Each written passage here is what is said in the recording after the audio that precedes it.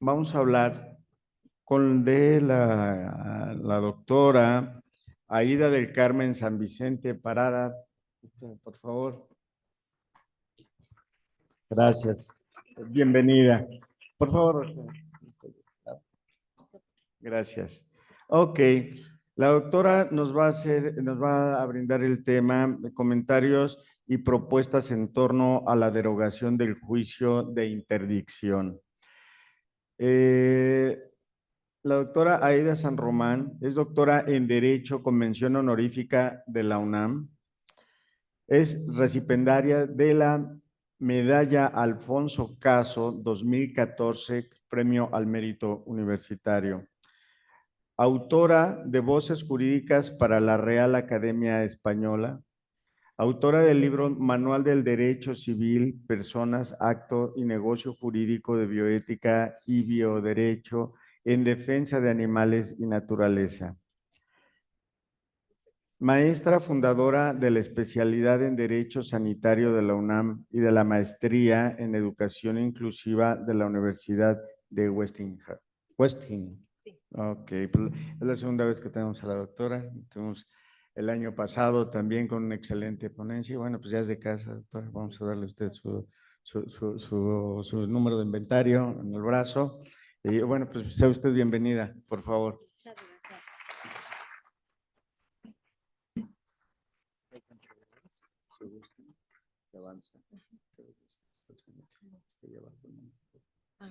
Está bien. Gracias. Muy buenas tardes. Estuvo muy bien que tuviéramos la otra ponencia antes porque ya me puso la mesa el doctor y vamos a tamizar algunos conceptos que ya vimos con él. ¿Por qué? Bueno, porque los legisladores a veces tienen ocurrencias, ¿no? Y hoy vamos a hablar de una que tuvieron. ¿Qué pasó? Que se acaba de derogar a través del Código Nacional de Procedimientos Civiles y Familiares, derogaron el juicio de interdicción.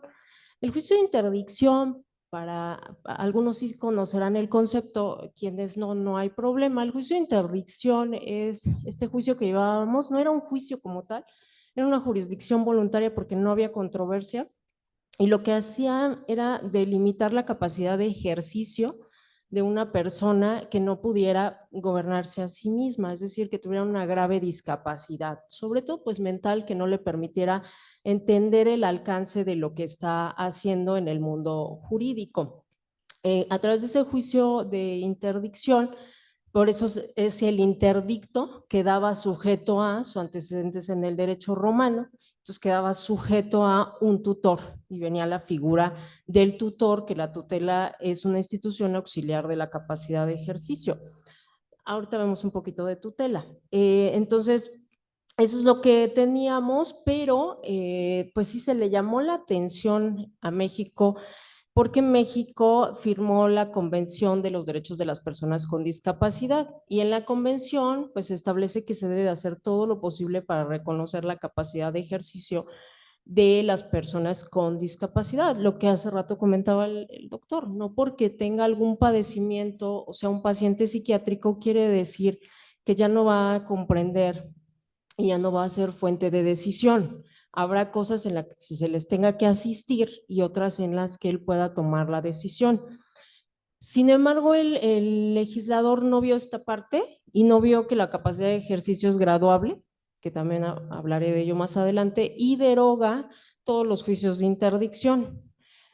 El alcance del Código Nacional de Procedimientos Civiles y Familiares ahorita está en vacatio, es decir, está de vacaciones, todavía no se puede aplicar, aunque si las partes quieren ya dirimir su controversia a través del código lo pueden hacer, pero tiene vacatio legis que le decimos nosotros, está de vacaciones la ley y hasta 2027, en abril de 2027 se empezará a aplicar. Sin embargo, sí hay que empezar a hablar sobre el tema porque la figura del juicio de interdicción, desde mi punto de vista, no la podemos anular así como así, ¿no? Como bien decían, hay pacientes psiquiátricos de estancia en hospitales que están en interdicción, ¿no? Y la misma condición que tienen, pues no les permite no están habilitados para tomar decisiones en el mundo jurídico. Incluso esto se puede prestar a malas situaciones, ¿no? O sea, tengo un amigo que no hace como 2 meses comí con él es abogado también, y me decía, oye, estoy muy triste porque tuve que sacar a mi mamá de su casa porque se estaban ya aprovechando de ella, ya tiene demencia, me dice, y las personas que la cuidaban, pues le hicieron firmar pagarés, le quitaron cosas de su casa, ¿no? La señora coleccionaba arte, entonces sí estaban teniendo una pérdida y me dice, a mí me da mucha pena pues disminuir a mi mamá, quitarle su autonomía, pero se están aprovechando de ella. Así que la tuve que llevar ya a mi casa para tenerla conmigo, está segura. De esa manera es como ayuda al juicio de interdicción, porque a veces, por más que yo quiera, no puedo tener a una persona, aunque yo quisiera que estuviera plena. Aquí hay que reconocer que somos vulnerables y todos somos vulnerables, ¿no? Puedo salir ahorita y me atropellan y soy vulnerable. Vulnerable es la capacidad de recibir un daño. Esas partes es las que creo que no le no capta el legislador al haber regulado de esta manera, que es muy inexacta y que no es nada adecuada para brindar certeza y seguridad jurídica, que es lo que lo que pide el derecho, ¿no? Y para eso trabajamos los abogados, para que tengan esa despreocupación los clientes respecto a lo que están haciendo, porque están en un marco legal adecuado, que garantiza sus derechos y obligaciones también. Así que de esto voy a hablar ahora rápidamente. ¿Más para acá o para allá? Bueno, no avanza, pero si me ayudan a avanzarla, porfa, porque no sé por qué. Bueno, básicamente, a ver, nada más de manera rápida y sencilla. Para el derecho, todos somos persona. Persona es centro de imputación normativa, es decir, tengo derechos y obligaciones, ¿sale? Eso es la persona hablando jurídicamente, porque desde luego que en filosofía encontraríamos muchos conceptos de persona y es un concepto muy rico y muy vasto, pero para la persona es centro de imputación normativa, es decir, donde convergen derechos y obligaciones. La persona va a encontrar varios atributos, es decir, le tienen que dar una vestimenta especial para que actúe en el mundo jurídico. Y de esos elementos que necesita van a ser la personalidad jurídica, la capacidad de ejercicio y entre otros el nombre, que ayer por eso un doctor decía, se le dio nombre a los pacientes en el ala, ¿no? Qué padre, porque es parte de reconocerlo como persona. Y el nombre es un atributo de la personalidad y la capacidad de ejercicio, que ya más o menos habló el doctor, es un atributo de la personalidad que todos tenemos, ¿sí? La capacidad se divide en goce y ejercicio, ¿no? La capacidad es la aptitud para ser titular de derechos y obligaciones, es decir, que puedo yo ejercerlos directamente, ¿no? Tengo capacidad de goce y de ejercicio. La capacidad de goce la tenemos todos, es decir, que el Estado, a partir de que nacemos, entramos bajo protección de la ley y tenemos derechos. Y la capacidad de ejercicio es esta de, pues puedo ir y contratar, puedo hacer una compraventa, puedo emplearme, puedo ir y defender mis derechos en tribunales. Esa es la capacidad de ejercicio. La que vamos a ver disminuida es capacidad de ejercicio. La de goce, ojo, nunca se pierde, siempre va a ser persona. Eso actualmente, ¿no? Porque no siempre fue así. El concepto de persona viene del prosopón, lo que está frente a la mirada, y no siempre se utilizó como nosotros la utilizamos, ¿no?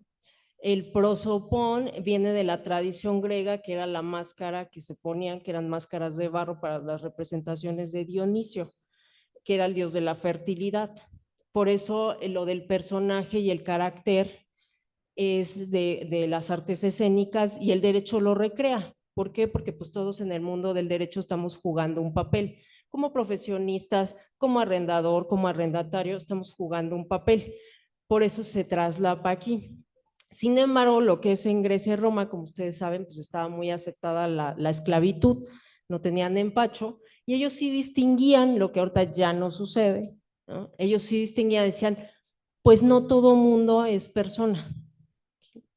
Tengo a los que no van a ser persona y tengo a los que incluso se pueden perder la calidad de ser persona.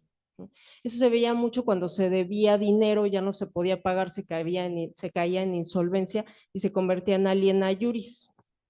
Y el aliena juris, es decir, quedaba sometido al acreedor y lo volvía su esclavo. y perdía todo tipo de personalidad jurídica, ¿no? Ya no era persona.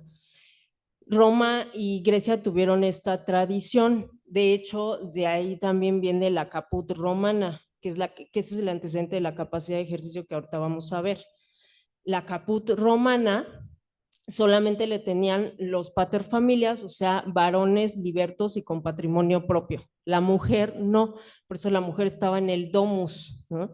En el domus sometida a, y la mujer era, mujeres, niños, esclavos estaban en tutela, estaban sujetos a, y ahí viene la interdicción, ¿no? Esos son los antecedentes por la tradición que tenemos. Ahora, ¿cuál es lo que ha sucedido aquí?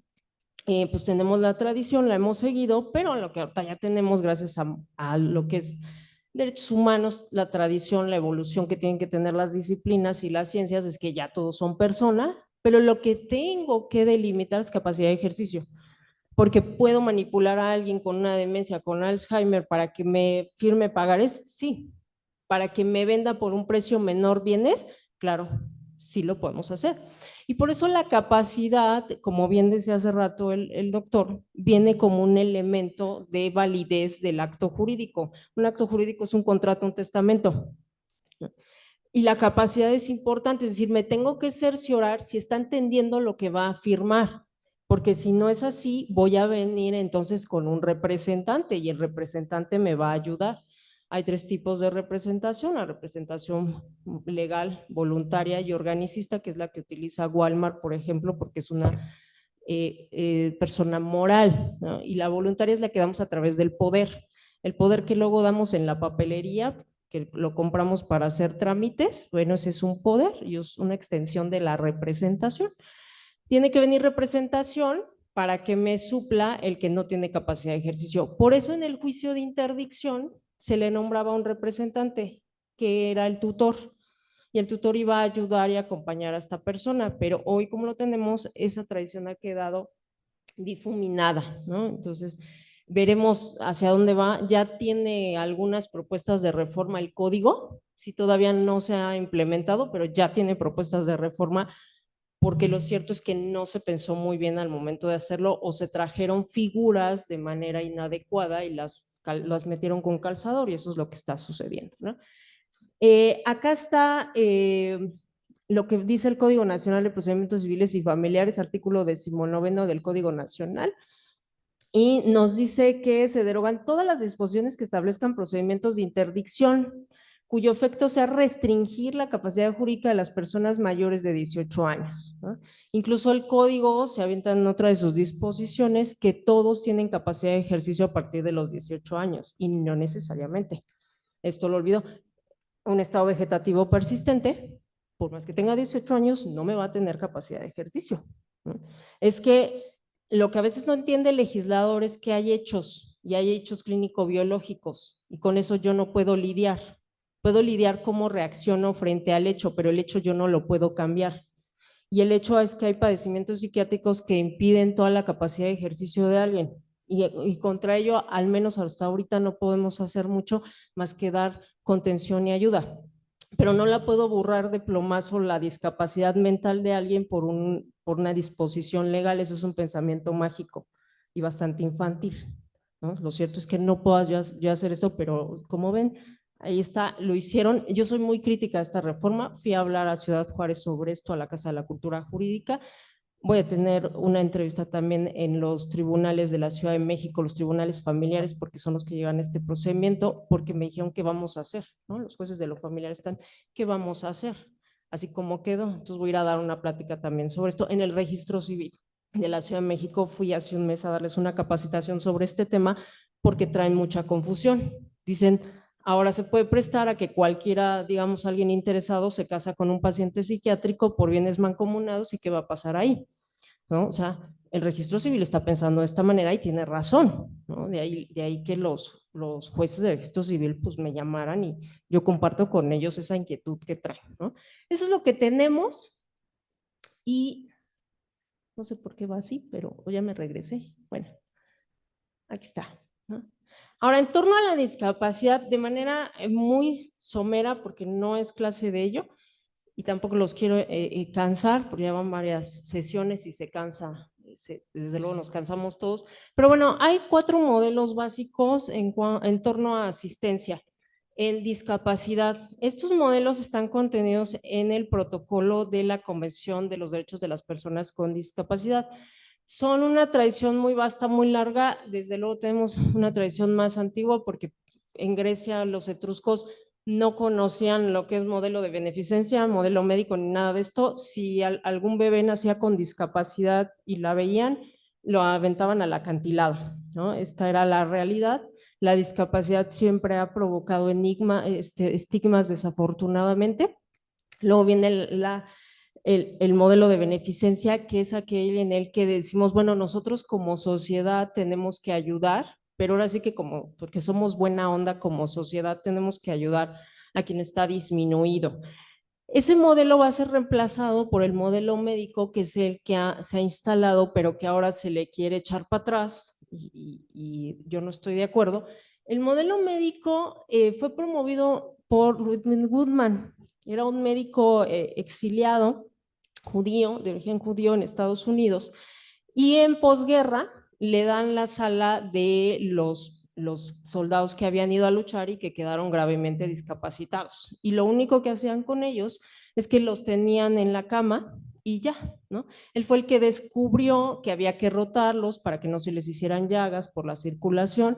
Y él también tiene la curiosidad de decir, podemos hacer algo, o sea, podemos rehabilitarlos y la medicina puede aportar mucho para ello. Entonces, él rehabilita y empieza con la rehabilitación.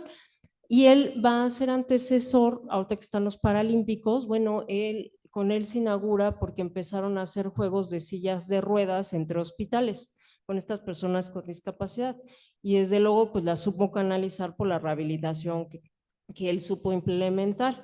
De ahí viene también la tradición de los Paralímpicos. Ese es el modelo médico en torno a asistencia que durante mucho tiempo reinó, pero a partir de los movimientos de los 60, 70 del reclamo de derechos civiles y políticos de las personas con discapacidad.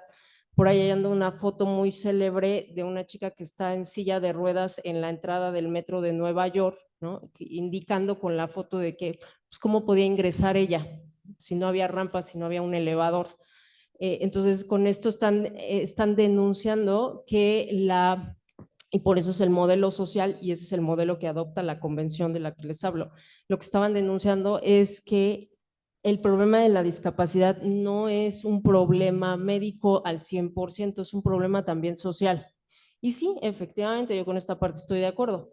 No solamente es la condición de la persona en cuanto al hecho clínico, biológico o el padecimiento que presente, sino que también nosotros como sociedad ponemos trabas para que las personas puedan ser incluidas, ¿no? Y viene todo esto de la inclusión y la accesibilidad. Es decir, oye, pues habilita profesores que sepan el lenguaje de señas, ¿no? Para que el conocimiento lo tengan todos. Habilitar profesores también especiales para que ayuden a niños con discapacidad. Sillas de ruedas, elevadores, rampas, ¿no? Biblioteca en braille. Eso es accesibilidad. Eso viene con el enfoque social que México adopta porque es parte de la convención desde 2009, ya que la firmó y eso le hace obligaciones. Después va a venir el modelo de derechos humanos, que es el que ahorita quieren implementar, que está costando porque, bueno, lo que promueve es que todos tienen dignidad y que todos deberían de ser tratados por igual, pero aún vemos que tenemos mucho rezago al respecto. Aún esto de la inclusión y la accesibilidad a veces queda corto, ¿no? Veamos el transporte público en algunos casos. No hay manera, a veces está yo lo veo con mi mamá, a veces está muy alto para que suba, ¿no? Y una persona que ya tiene problemas de movilidad, pues hacer esto cuesta, ¿no? Ahí es donde viene la idea de accesibilidad e inclusión, que tenemos mucho que trabajarla, no nada más de la ley y las políticas públicas, hay que trabajarla, hay que educar al respecto y esa es la idea. Entonces, de ahí, estos 4 enfoques son los que se están siguiendo y México en 2013 por Suprema Corte de Justicia de la Nación dice, no me gusta el modelo médico y la Suprema Corte se aventó a decir que la discapacidad no es un problema médico, siendo que no es, perdón, pero la Suprema Corte será muy buena para otras cosas, pero Suprema Corte no domina ámbito médico, yo no me metería, ¿no? Entonces, el aventarse a decir, no, es que la discapacidad no es un problema médico. No, sí, sí lo es. Tengo manuales de diagnóstico, tengo una clasificación internacional de enfermedades, tengo un manual de funcionabilidad que me ayuda a clasificar el tipo de discapacidad. No, claro que es médico, desde luego, no puedo yo negarlo. Volvemos a los hechos, eso es un hecho clínico, biológico, no puedo cambiar su naturaleza. Pero bueno, Suprema Corte se avienta esto en 2019, dice que es inválido el artículo de la capacidad de ejercicio, de la incapacidad de ejercicio, lo declara inválido y eso nos dio también lo que tenemos ahorita en reforma, que fue muy acelerado. Pero bueno, de ahí se fue. Y la tendencia es vamos a adoptar el modelo social, que yo no digo que está mal, porque sí pasaba, ¿no? Lo que sucedía cuando uno iba al juicio de interdicción, que llevaba uno a su cliente para el juicio de interdicción, es que a partir de que se denunciaba el juicio, el juez ya no se dirigía a la persona, y eso también está mal, ¿no? Como si la persona ya no existiera, y entonces ya nada más se dirigía a familiares y abogado, ¿no? Y ahí era pues parte de la chamba del abogado decir, no, bueno, pero aquí está mi cliente, diríjase hacia él, porque en algunas cosas sí entiende. Entonces, claro que se abusaba luego de la figura, y ya nada más por chisme aquí jurídico, para que vean cómo sí se puede abusar de la figura, porque tampoco les voy a venir a vender cosas que no son, sí, sí se puede abusar. La figura, ojo, la figura es noble, el juicio de interdicción y la tutela son nobles, pero que se le pueden dar malos usos, sí. Ahí está el caso de Britney Spears, ¿no? Y no es porque sea fan trasnochada de Britney Spears, pero pues, pobre mujer. Sí, porque digan, ay, es fan. No, no. Digo, sí la escucho, son de los gustos culposos, pero lo que le hicieron a Britney Spears no tiene perdón de Dios. Es una mujer con un poder económico pues, grandioso. Y la pobre mujer, porque estaba en juicio de interdicción, no sé si se enteran todo esto de liberen a Britney, Free Britney Spears y todo el movimiento, pues la pobre mujer, siendo una artista de Las Vegas, imagínense lo que ganan, tenía que pedir permiso a su papá para que les diera dinero para comprarle útiles escolares a sus hijos. En ese nivel tenían a Britney Spears, controlaban toda su vida sexual, ¿no? La tenían sometida a usar DIU, no se podía casar con quien quería, etc. ¿Por qué? Porque estaba en un juicio de interdicción mal llevado, mal fundamentado, y que también las autoridades de Estados Unidos hicieron mucho para que se diera esa violación de derechos humanos hacia esta mujer, ¿no? No me voy a meter en más, pero si quieren ver todo el chisme completo, está bien, así de, y ya me intrigó. Bueno, ¿dónde pueden de resolver sus intrigas? En HBO hay un documental y hay otro documental en Netflix que es Britney versus Spears. Ahí viene y está muy bien documentado. Y el documental sí lo hicieron unas fans trasnochadas de Britney Spears, pero trae metodología y está bien hecho, ¿no? Yo luego lo utilizo en clase. Ese es un mal uso que le puedo dar al juicio de interdicción. Yo no se los niego. Claro que puedo abusar, pero por eso al tutor se le pone aquí en la Ciudad de México un curador y el curador fiscaliza lo que hace ese tutor, no si no se manda solo. Por eso aquí en México se pensó bien el tutor más el curador y el curador nada más está para fiscalizar y cualquier situación irregular la tiene que ir a denunciar a juez de lo familiar y juez de lo familiar debe de intervenir en el momento, ¿no? Eso es un proceso bien llevado en el que estoy cuidando a la persona, ¿okay? Que de ahí a que sea también inservible la figura, pues no podemos hacer mucho con la figura, lo que pasa es que no entendemos la naturaleza. Eso es lo que está sucediendo y Suprema Corte dijo, bueno, ahora me voy a ir al modelo de asistencia social y no voy a clausurarle de toda la capacidad de ejercicio a las personas, sino lo que voy a hacer es ponerle a alguien que lo asista en las decisiones donde realmente se requiera la ayuda. ¿Esto de dónde viene? Esta tradición viene de la Ley de Actos Mentales de Inglaterra de 2005. Allá en Inglaterra, digo, ya están más avanzados porque han estado muy sensibilizados ellos por las guerras mundiales que sufrieron, tienen población con discapacidad y están más sensibilizados. Entonces, lo que se hace en ley de actos mentales es que si tienen casas especiales las personas con discapacidad en las que viven varias personas con discapacidad, ellas se atienden, se alimentan, van a trabajar, y hay una persona también que las asiste para otras situaciones que digamos que esa persona tiene plena capacidad. pero conviven entre ellos y tratan de trabajar. Cuando van a tener una decisión más importante, por me quiero casar, quiero hipotecar, etc., entonces voltean a ver al juzgado y le dicen, asísteme, para que el juez cerciore si está entendiendo lo que va a hacer. Y entonces el juez interviene, se llaman a dos especialistas, se determina cuál es el alcance de la capacidad de esas personas, si están entendiendo, si son conscientes, se ajusta y de esa manera es que le dicen si vas a poder realizar el acto o no lo puedes realizar, o lo vas a realizar pero te voy a poner a alguien que te asista. La ley de actos mentales, que la tropicalizaron aquí en Colombia con la ley de actos mentales, que está muy bien, son ejemplos de lo que se puede hacer, ¿no? Más sin embargo, no derogar todo un juicio de interdicción, porque tampoco me abona lo que me debería de abonar, ¿no? Entonces, esa parte es la que viene, ¿no? De acuerdo con el artículo 19 del Código Nacional de Procedimientos Civiles y Familiares, se derogan todas aquellas disposiciones. Bueno, esta parte ya la, no sé por qué me regreso en círculos concéntricos. ¿Por qué hago eso? No lo sé. Ya, por fin avancé. Entonces, ¿qué sucede?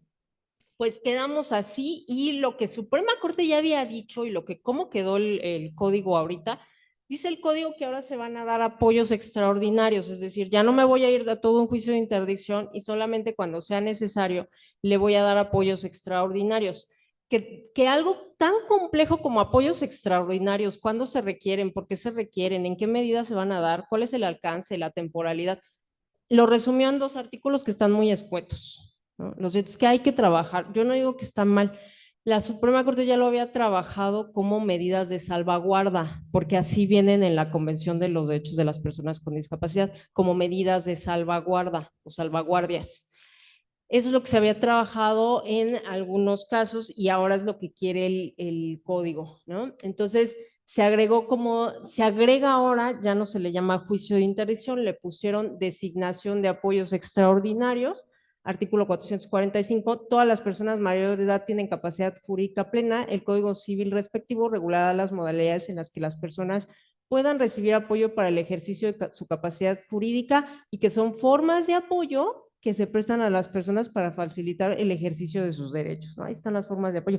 Sin embargo, vamos a encontrar personas que no pueden ni en eso, ¿no? O sea, por más que yo dialogue con ella, va a estar en un estado alterado, ¿no?, de disociación de la realidad y no voy a poder hacerlo. Entonces, esa es una laguna con la que ahorita tenemos en el código, porque pues me habla de cierta asistencia, pero partiendo de la idea de que va a entender un poco la persona, va a tener conciencia del acto, pero si de plano no tiene conciencia del acto y lo tengo que hacer, ¿qué va a suceder?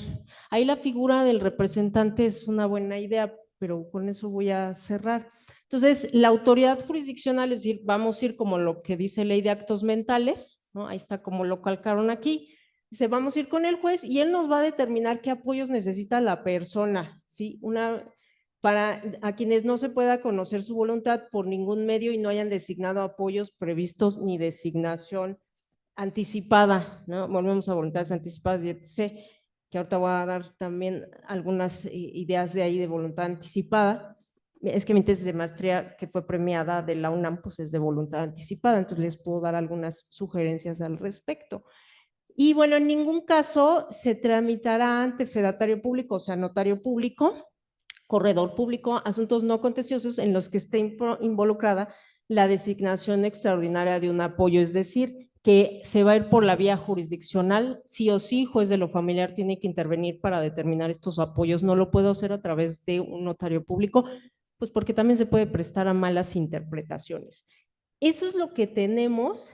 ¿Y qué teníamos en la convención? Las salvaguardias, que son la copia de esto que vimos, nomás que el legislador le puso apoyos extraordinarios, pero lo correcto es que le digamos medidas de salvaguardia, que son, bueno, todos aquellos mecanismos que se deben de proporcionar para la protección de las personas y evitar cualquier abuso en igualdad de condiciones. Esto es del Comité de los Derechos de las Personas con Discapacidad de la ONU, observación general número 1, artículo 12. Es bien señalar que la Convención de los Derechos de las Personas con Discapacidad señaló estos apoyos de salvaguarda que están en el artículo 12.4, que son las medidas de salvaguarda. ¿Cuándo son estas medidas de salvaguarda? A grandes rasgos nos dicen que cuando haya derechos involucrados y la voluntad de las presiones de la persona estén en contradicción también con quien lo esté apoyando, o sea, hay conflicto ahí de interés, porque pueden haber relaciones de influencia indebida, es decir, presuponemos que alguien está manipulando a esa persona y por eso tenemos que intervenir.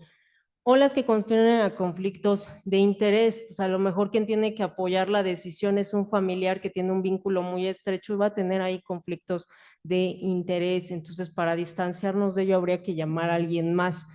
En estos casos, que son muy amplios y a propósito los deja amplios, es que vamos a permitir las medidas de salvaguarda de acuerdo a lo que dice la ley.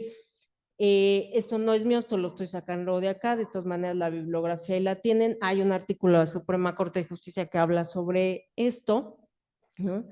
Y yo como les decía, lo que no hemos entendido o no queremos entender es que sí somos vulnerables, ¿no? Del latín vulnerables, forma de vulnus, herida, sufijo hábiles que indica posibilidad, significa lo que puede ser herido. Y claro que digo, si hemos tenido anestesia, a veces no sabemos ni quién somos, ¿no? Después de la anestesia. Pues ahí necesitamos a alguien que nos asista y no tiene nada de malo. La representación que yo les decía, puede ser legal, voluntaria, organicista, es muy usada. ¿Qué creen que hacen con los menores de edad? Los menores de edad tienen una capacidad de ejercicio graduable, es decir, va con el volumen del radio, ¿no? No es el mismo entendimiento el que tiene un niño de 6 años que el que ya va entendiendo uno de 14, 16.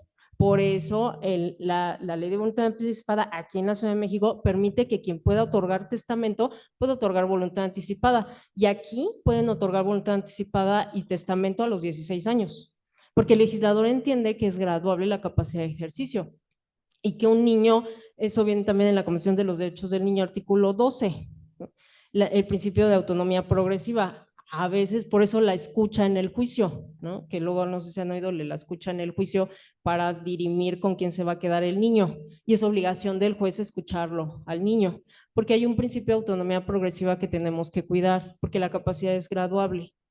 Por eso tenemos a los papás, que son los que ejercen patria potestad, artículo 425 del Código Civil. ¿No? Y me dice, oye, pues asístelo y ya cuando sea mayor de edad, pues va a salir de patria potestad y ya no, pero mientras lo tenemos que asistir y es válido. El niño no puede andar solo por la vida, el adolescente tampoco. Tenemos que asistirlos, llevarlos de la mano. O sea, la representación no tiene nada de malo, me ayuda. ¿No? De hecho, hay nada más como dato, hay algo que se llama tutela cautelar, ¿okay? Que les puede servir sobre todo en ámbito de salud. La tutela cautelar, artículo 469 bis del Código Civil, es que yo designe a quien quiero que sea mi representante sanitario, que va complementada con voluntad anticipada, ¿no? Es decir, oye, yo, porque a veces sucede, es una carga muy grande para un familiar que tiene un lazo de afectivo, tomar decisiones con la otra persona. Claro, hasta les da culpa, sienten que no están haciendo todo lo necesario. Imagínense la carga que se le da a un familiar que está muy emocional en el momento de un diagnóstico, donde sabe que su otro familiar puede perder la vida. Para eso viene la figura de tutor cautelar, que casi nadie la conoce, pero es una figura que vino con la ley de voluntad anticipada en 2008. Y esa figura como representación válida me permite que establezca un representante solamente para decisiones sanitarias y si quiero para administración de bienes, pero si solamente me interesa decisiones sanitarias, dialogo con él, se nombra ante notario público, tenemos que hacer escritura pública, se nombra y entonces ya tengo quien tome estas decisiones válidamente en el ámbito sanitario. Es una figura que hay que darle más promoción y que ayudaría mucho a complementar voluntades anticipadas porque él podría ejecutar esta voluntad anticipada. Es el antecedente del Health Attorney en Estados Unidos, de ahí viene la figura y es más vieja, es de 1961. Con un abogado que hizo el documento de voluntad anticipada allá en Chicago, ¿no? De ahí vienen voluntades anticipadas. Bueno, es una forma y esa es representación. La representación no es mala, ¿no? Y la representación también, porque hace rato decían que la representación no viene con voluntad, no, sí viene con voluntad. Tanto así que yo voluntariamente digo, yo quiero que él me represente. Claro que hay una representación voluntaria. Es un tipo de representación. La representación es una institución auxiliar de la capacidad. Por eso va de la mano con alguien que tiene disminución, viene representante a fuerza. Eso ha sido así siempre. De ahí viene, ¿no? Y la representación es que alguien ejecute un acto jurídico o cualquier acto a mi nombre, ¿no? Pero yo no lo hago materialmente. Yo puedo darle, o mi hermano me puede dar un poder para que me case en su nombre. ¿A quién le va a dar en la torre a su vida o no? Él. Yo nada más voy y ejecuto el acto jurídico, porque esa es la representación. Yo lo ejecuto, lo firmo, pero a quien le cambia toda su esfera jurídica es a él. Esa es la representación. Al final del día tiene efectos en la persona, por eso hay que ser cuidadosos también. Pero de ahí en fuera la representación es voluntaria, es un tipo de representación y la legal es la que hacen los familiares porque la ley así me lo determina, por eso hay una tutela legítima que es la que desempeñan los familiares, ¿no?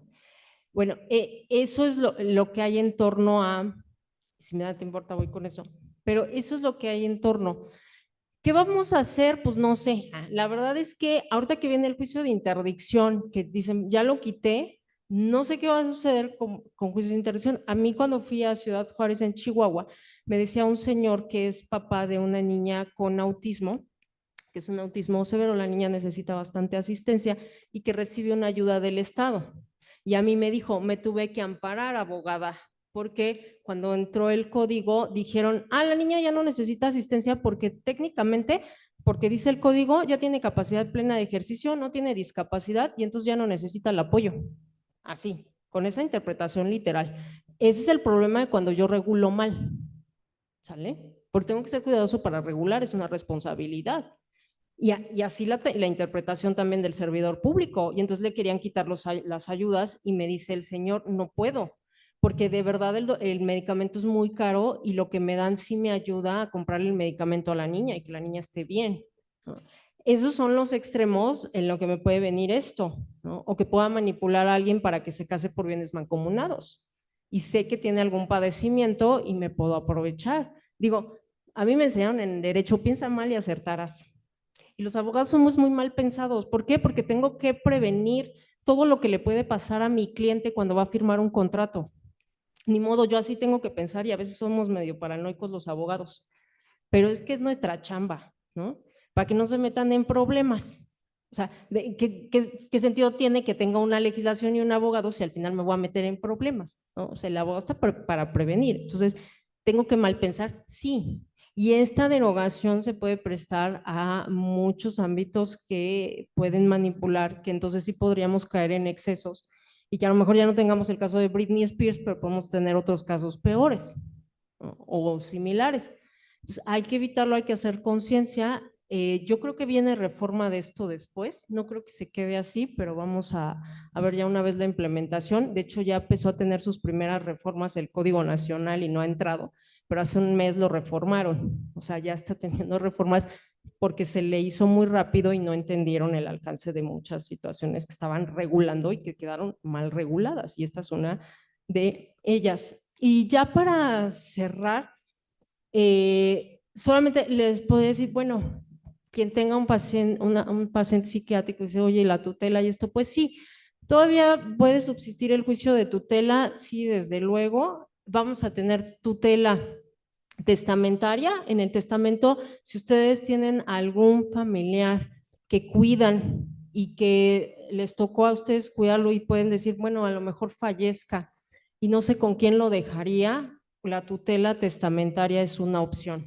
¿Okay? En mi testamento puedo disponer de quién quiero que sea el representante de ese menor o de esa persona mayor pero con discapacidad. Si le dejo bienes a una persona menor, aunque tenga quien ejerza patria potestad, puedo dejar un tutor testamentario para que se encargue de administrar esos bienes. De esa manera nos sirve la representación. ¿Hay tutela legítima? Sí, la que da la ley, es decir, la ley me dice en qué orden. Si el cónyuge tiene discapacidad, entonces al otro cónyuge le toca ser el representante. Hijos mayores de edad también serán y hay una prelación, ¿no? Eso lo da la ley. Hay la tutela cautelar de la cual ya les hablé, que está muy arrumbada, pero nos podría servir mucho en ámbito sanitario. Para eso nació. Hay que recuperar el concepto y hay que darle voz porque las personas no lo conocen y sería un buen instrumento. O que les llega a ustedes como personal de salud y dicen, ¿y esto qué? Bueno, sí existe, sí está fundamentado, ¿no? También para que no los agarren en frío. Y la otra es la tutela dativa. Cuando ya no tengo ni testamentaria ni legítima, tengo tutela dativa. ¿Okay? Y esa ya la puede, por ejemplo, solicitar un menor de 16 años, puede solicitar quien quiera que sea su tutor en caso de que esté en pelea con los papás, ¿no? De esa manera puede servir, o en casos de decisiones médicas donde papás tienen una decisión pero niño tiene otra y ya no quiere seguir a lo mejor con el tratamiento, pues ahí se les nombra un tutor dativo que viene de una lista del Consejo de Tutelas del tribunal y de ahí se saca quién puede asistir a este menor. Son las formas de representación, nos pueden ayudar mucho. Ah, y otra cosa, nada más que yo quería meter la manota, pero luego me callo porque si no ahí voy. En voluntad anticipada, a ver, ahí nada más tecnicismo. Voluntad anticipada es lo que nosotros en derecho decimos es un acto jurídico sujeto a una condición. ¿Cuál es la condición? Si devengo en incapaz por una enfermedad terminal. Por eso bien decía el doctor, si tengo paciente psiquiátrico no me sirve. No, porque el legislador otra vez entendió mal que era voluntad anticipada, ¿no? Voluntad anticipada igual tiene muchos antecedentes ya en España y no está regulada tan mal como acá quedó. Acá dicen, o sea, yo puedo tener mi voluntad anticipada, pero si devengo en incapaz por que me atropellen y quedo en estado vegetativo persistente, no me la van a aplicar. Ese es el problema que trae voluntad anticipada, solamente para enfermos terminales. Y otro ejemplo que por ahí, ahorita en la última pregunta que yo quería meterme, pero ya no me metí, no, si la persona sigue en línea, le pongo el ejemplo. No porque yo otorgue un testamento ya me estoy muriendo. Lo mismo es con voluntad anticipada. No porque la otorgue ya soy discapacitado, no, tiene que venir el acontecimiento futuro de realización incierta, eso es la condición, es decir, que yo devenga en incapaz por una enfermedad terminal para que me la apliquen. Y entonces sí se aplica. Pero si no está en la hipótesis legal, no me la van a aplicar. Ese es un problema que ya tenemos, ¿no? Y ya ha venido la controversia que luego llevan su voluntad anticipada a institutos nacionales y dice el Instituto Nacional, esa es regulación local y yo soy entidad federal y no tengo por qué apegarme a ella. De ahí que necesitamos unificar la ley. Nada más como comentario complementario de lo que analizaron con el doctor y pues si tienen dudas, ¿no? Pero cerrando, sí fue una mala decisión la derogación del juicio de interdicción. No entendieron, sí somos vulnerables, ¿no? Y para eso vamos a necesitar asistencia, porque hay veces que nuestro paciente psiquiátrico no puede valerse por sí mismo, no puedo preguntarle su consentimiento y tengo yo que tomar las decisiones en representación, desde luego viendo por la prioridad y la dignidad de esta persona y que salve la vida. No tengo de otra, ¿no? Entonces, yo creo que luego el legislador romantiza mucho la discapacidad, sobre todo la discapacidad grave tiende a romantizarse, pero no hay que romantizarse, no hay que romantizarlo, hay que ser realistas porque es un problema social, o sea, es un problema de todos, ¿no? No nada más de las familias o de quien la padezca. Entonces, bueno, para medidas de salvaguarda, pues yo les recomiendo a Constantino Caicho, Renato Antonio Bregalio Lazarte y Renata Nay, que ellos trabajan en la Suprema Corte de Justicia. Tuve el gusto de compartir con ellos un simposio en el año pasado y ellos trabajan medidas de salvaguardia para quien las quiera. Ahí hay documentos que ellos han publicado muy interesantes, ¿no? La vulnerabilidad, pues sí, se puede presentar en una celebración de un acto jurídico. Sí puedo sufrir un daño al celebrar un contrato, un testamento, porque no entiendo bien el alcance de lo que estoy haciendo y me pueden manipular. ¿Cuántas sucesiones no se ha anulado el testamento porque dicen, oye, estaba en terapia intensiva y resulta ser que lo pudo firmar? Hay un testamento de la productora de huevos más importante aquí en México, de Tehuacán, Puebla, que así fue. La señora estaba en terapia intensiva y sacaron el testamento, ¿no? Eso es una situación de vulnerabilidad. Ese testamento ya quedó anulado, pero ya habían empezado, ahora sí que sobre el muerto las coronas, ya habían empezado a repartir los bienes conforme al testamento, ¿eh? Y ahí es donde me vienen los problemas de vulnerabilidad y que yo necesito que asistan a alguien válidamente, ¿no? No nada más es capricho o quererle desconocer personalidad jurídica a alguien, ¿no? Yo cierro con esto. Así porque ya me iban a callar, pero sí, está bien, gracias. No, no, está bien porque, y si no, a lo mejor la lombriz ya les está protestando, ¿no? Estamos aquí y ya la lombriz dice, pues aliméntame y es válido. Entonces, yo les agradezco infinitamente. Espero que haya sido entendible porque luego los abogados ya ven cómo somos, las palabras domingueras y ya saben cómo son los abogados, ¿no? Espero que haya sido accesible para ustedes. Si tienen dudas o algo, bueno, se pueden acercar después. Les dejo mis datos con mucho gusto. Tengo el gusto de atender también a la Asociación de Anestesiólogos y luego sé que tienen muchas dudas, entonces con mucho gusto cuenten con ello. Les dejo después, bueno, quien quiera le doy mis datos y les agradezco infinitamente toda su paciencia.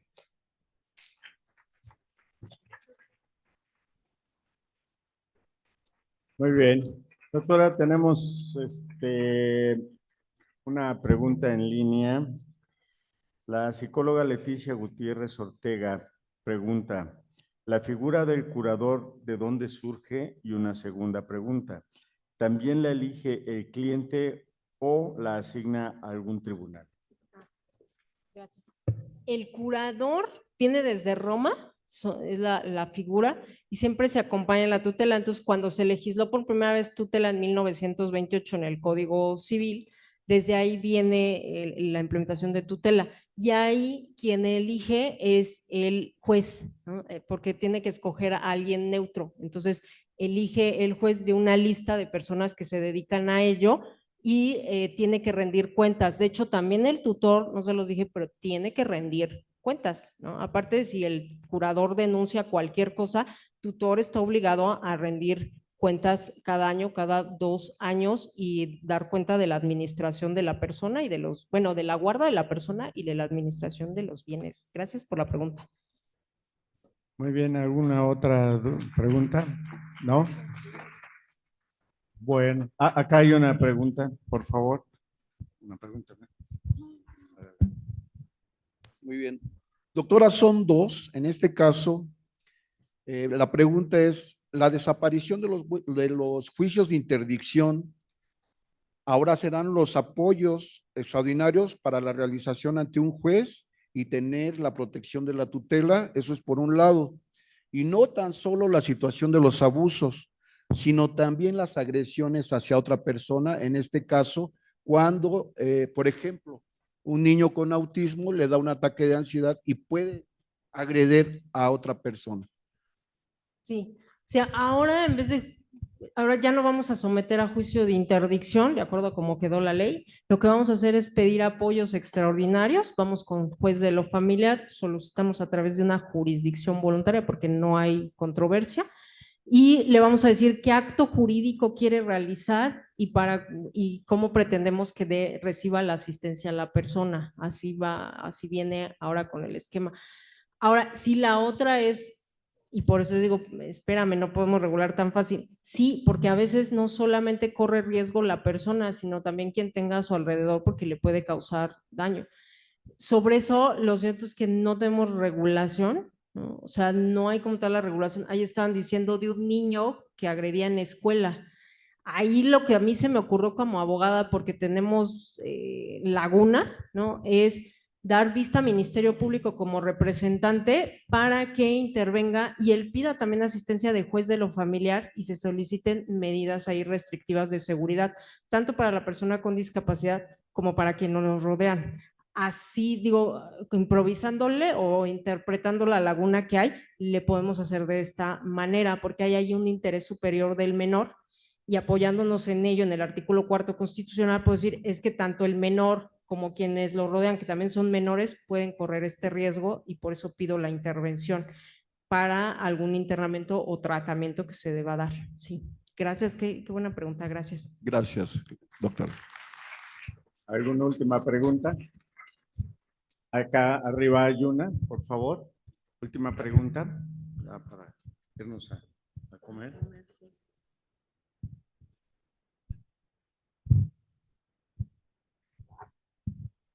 Pues felicitarla, doctora, por su maravillosa ponencia jurídica. Sabemos que la ley no es retroactiva en perjuicio, pero ¿qué va a pasar en las instituciones como IMSS o Seguro Social, en los pacientes que tienen esta pensión porque están interdictos y que los psiquiatras los declaramos con este derecho a la salud y ahora pues les van a quitar este derecho o los futuros o va a perjudicarlos retroactivamente? O si yo como psiquiatra digo, pues este paciente es discapacitado ahora, ya no va a ser discapacitado y ya no va a tener derecho a la atención porque pues le van a quitar ese derecho también y ya no va a tener seguro social o ISSSTE y ya no le van a dar la pensión médica, ¿o qué va a suceder con ellos? Eso es lo que no ha visto el legislador, ¿no?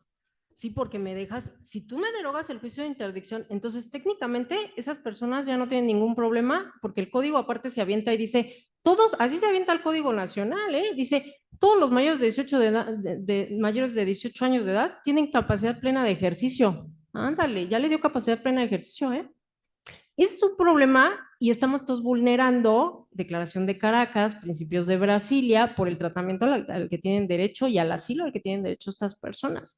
Ahí, como abogada, ¿yo cómo lo podría resolver? Amparo, ¿no? Ampararse, como una manera, claro, lo malo del amparo es que tiene efectos solamente particulares y solamente serían para ellos. Ahí jurídico del hospital lo tendría que hacer y solo serían para esos pacientes. Pero quien no, ya los dejamos así.